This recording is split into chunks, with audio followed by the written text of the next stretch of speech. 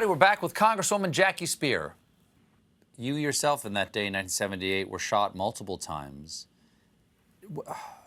I can't imagine what that feeling must have been to go through this experience again with the fear for your own life. Do you see parallels between the behavior of those cult members of Jim Jones and these supporters of the former president who stormed the Capitol? Do you see any parallel in their devotion or their irrationality?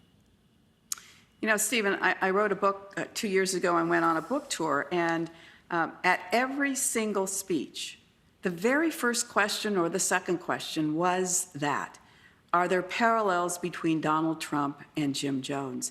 And the first time I was asked the question, I kind of recoiled from it because I thought, no, there's really can't be that kind of a comparison. Jim Jones took 900 of his congregation to their deaths. And yet, when you recognize what happened on January 6th, President Trump told his followers to go to the Capitol and fight, and that we will not take back our country with weakness. And so they stormed the Capitol and broke in. And if they had guns, imagine the destruction, imagine the deaths, imagine the mayhem. As it turned out, they used pipes and fire extinguishers to kill a police officer and injure many more. And it's really indescribable when you realize that our country came that close to losing the democracy. This insurrection almost succeeded.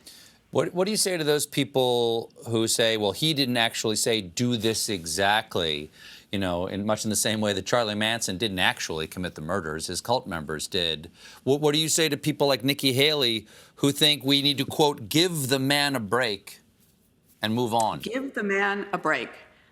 Tell that to the widow of the police officer who died.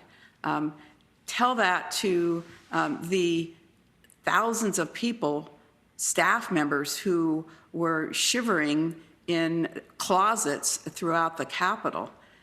This was an act by the President of the United States to incite an insurrection, and to somehow just, brush it away as if it's not significant. Remember, the Republicans for, 3 years beat up Hillary Clinton because of Benghazi, and yet we're supposed to forget that we almost lost the democracy 2 weeks after the fact?